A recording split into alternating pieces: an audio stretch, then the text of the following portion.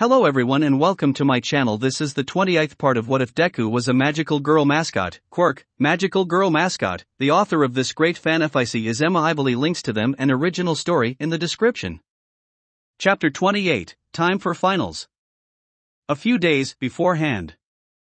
During a faculty meeting to discuss the final exams, Aizawa was telling all of the teachers about who would be paired with who and why they would face that particular teacher. Midoriya and Yaoyorozu are going to be facing off against me, said Aizawa. Really? Asked Nizu, who seemed curious. For one reason is that I don't know how my quirk will affect Midoriya, explained Aizawa.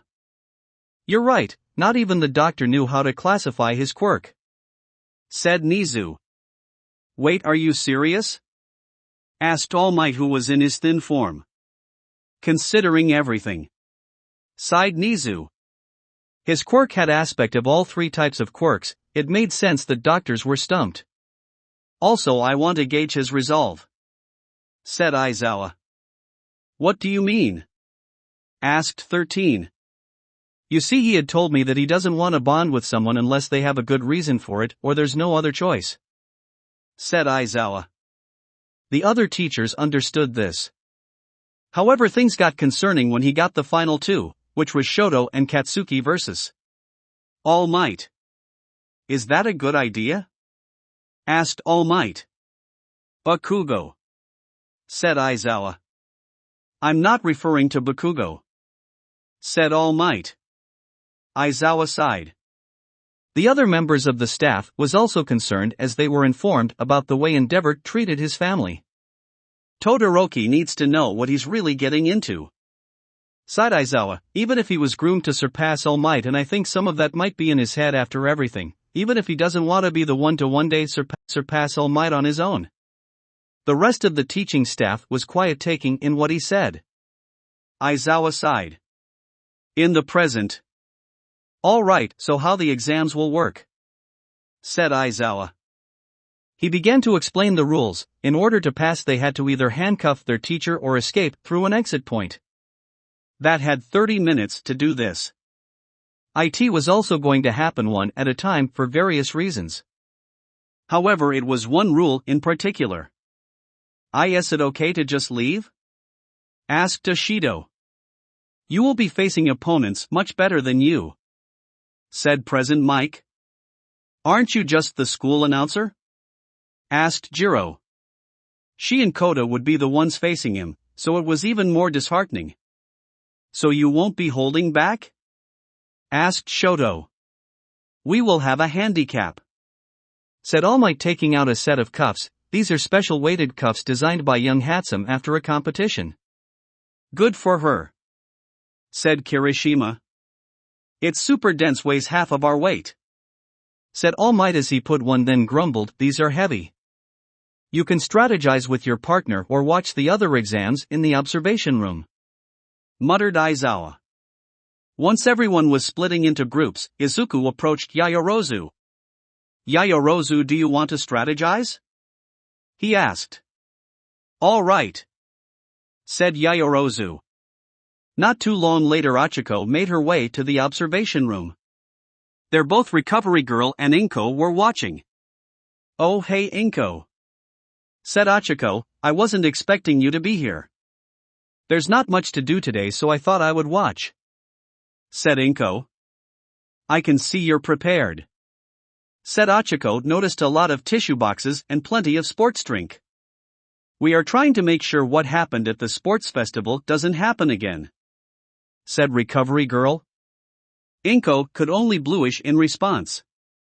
Well, why aren't you strategizing with your partner? Asked Inko. Said Achiko. The one she was partnered with was Aoyama, and he was looking at his reflection. No, really. He's busy doing other things, said Achiko. I see, said Inko, getting the feeling like she didn't want to know. I figured it would be a good idea to watch, said Achiko. Inko nodded.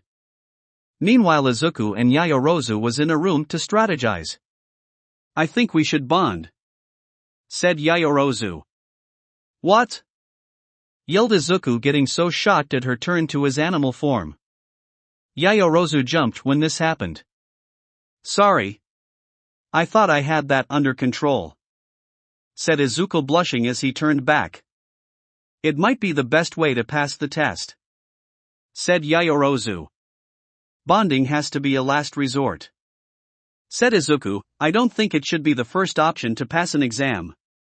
But I heard during the entrance exam, said Yayorozu. It was a last resort, said Izuku. Achiko was trapped and neither of the two quirks I had would have helped her.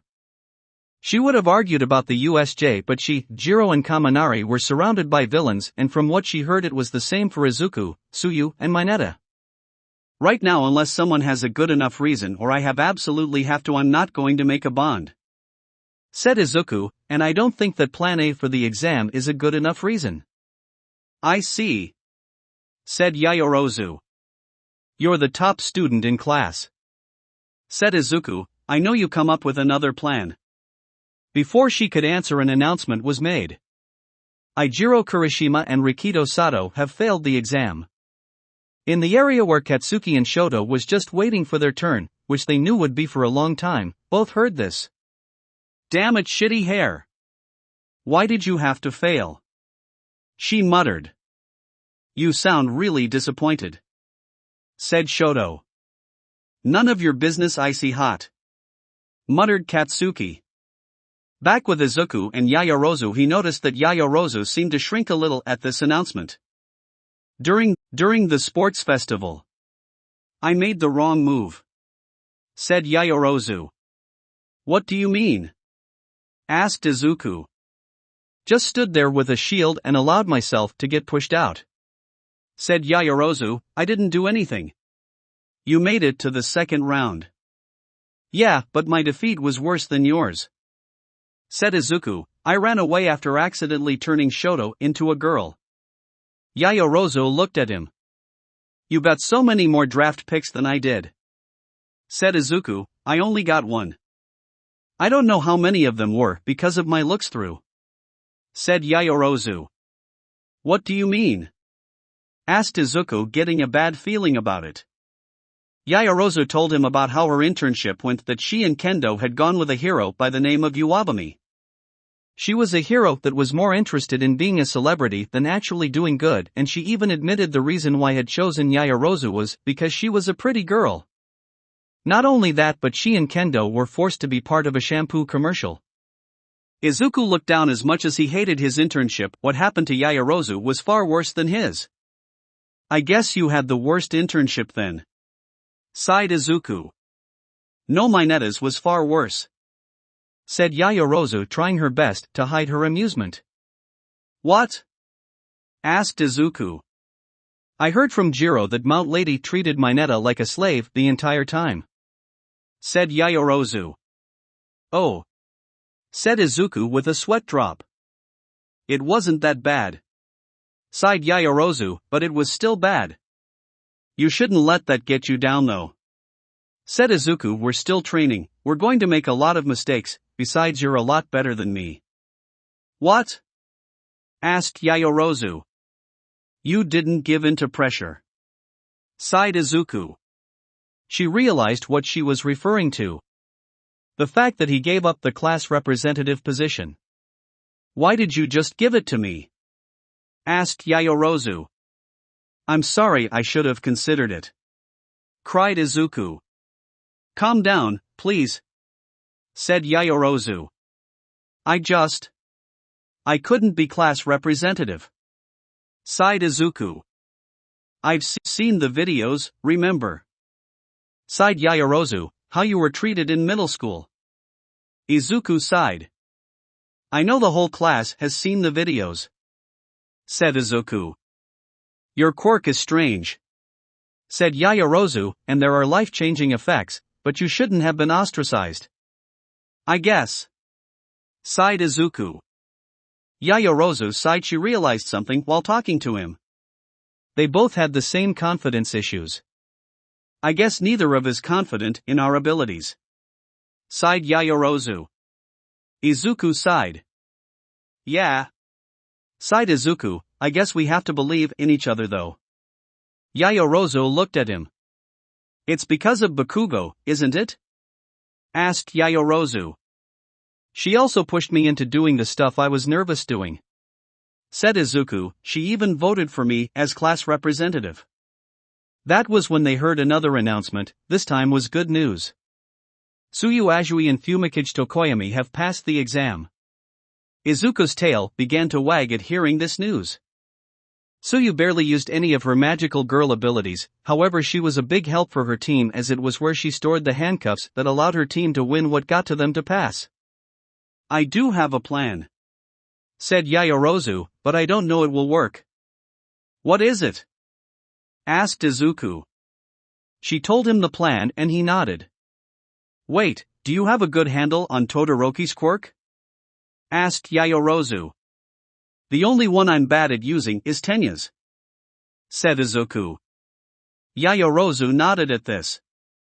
He also didn't want to tell her the second half the internship week he pretty much perfected it thanks to Endeavor's training. But we will need to distract him while you make those items, said Izuku. What if? Said Yaoyorozu, we make him think I bonded with you. Bluff him. Said Izuku, but I don't know if that's a good idea. Yaoyorozu realized something, unless the fake outfit was skimpy it would be very difficult to use her quirk. No wait you're right. Said Yaoyorozu. Don't worry I can distract him long enough.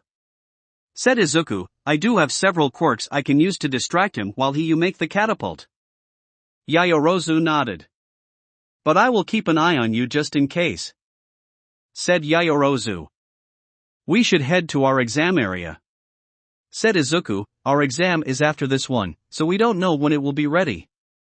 Yaoyorozu nodded. Meanwhile with the current exam it was Tenya and Ojiro against a teacher by the name of Powerloader. He was mainly a support teacher but with his digging skills he was causing problems for the two of them by digging the ground under them. When I get a clear shot at him you have to make your way to the escape point.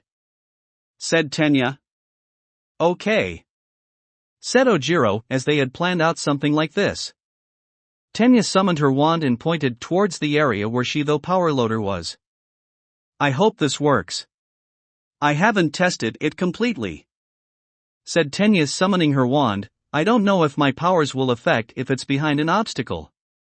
Ojiro nodded. She activated her wand's power and underground Powerloader found himself slowing down. What's going on? Thought Powerloader. It's working. Called out Tenya. Ojiro ran towards the escape point, making his team pass the exam. Izuku and Yaoyorozu had made it to the testing site when they heard the message. Tenya, Ida and Mashiro Ojiro have passed the exam. Izuku's tail began to wag like crazy at this announcement. Our exam should be starting soon. Said Izuku. Yaoyorozu nodded. They waited for the chime for their exam to begin in an area that resembled a neighborhood. We have to be on guard. Said Izuku. Both of them were looking around for him.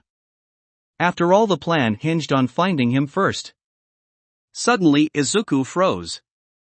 There was a puff of smoke around Izuku's ears, and a tail area and suddenly he had normal human ears and no tail. Yaoyorozu stared at Izuku because of this change. However it looked like he was having some sort of panic attack. Something he never realized until that moment was that while he didn't have his telepathy on, there was always some sort of connection there between him and his partners. But now it was gone, like it didn't exist, there was crippling loneliness all of a sudden. Midoriya. Said Yaoyorozu. However it was because the panic attack he was having he was frozen. Meanwhile with Katsuki and Shoto both of them froze as suddenly the gems turned gray and their magical girl were undone. But they did not revert to being male. What the fuck? Yelled Katsuki. Meanwhile Tsuyu was headed to the observation room when the same thing happened to her. With Tenya and Ojiro the two were discussing what to do now that their exam was over. However both of them were shocked that her transformation was undone. In the observation room, both Achiko and Inko saw this happen just as Achiko's transformation was also undone. Oh, so it affects all of you, said Recovery Girl looking at Ochako. Ochako could only nod, worried it might be permanent. Back at the exam area, Yayorozu was looking around for Aizawa. So that's what happens when I use my quirk on him, said Aizawa, who was hanging upside down from some telephone wire. Yayorozu looked at the teacher. They were supposed to be fight. She knew that she had to distract him to get Izuku away from him at the moment. She could only hope that it would work. That will be it for this part. I hope everyone enjoyed. If you did, please leave a like and comment if you want part 29. If you want to hear more from me, subscribe. I hope to see you all in the next one.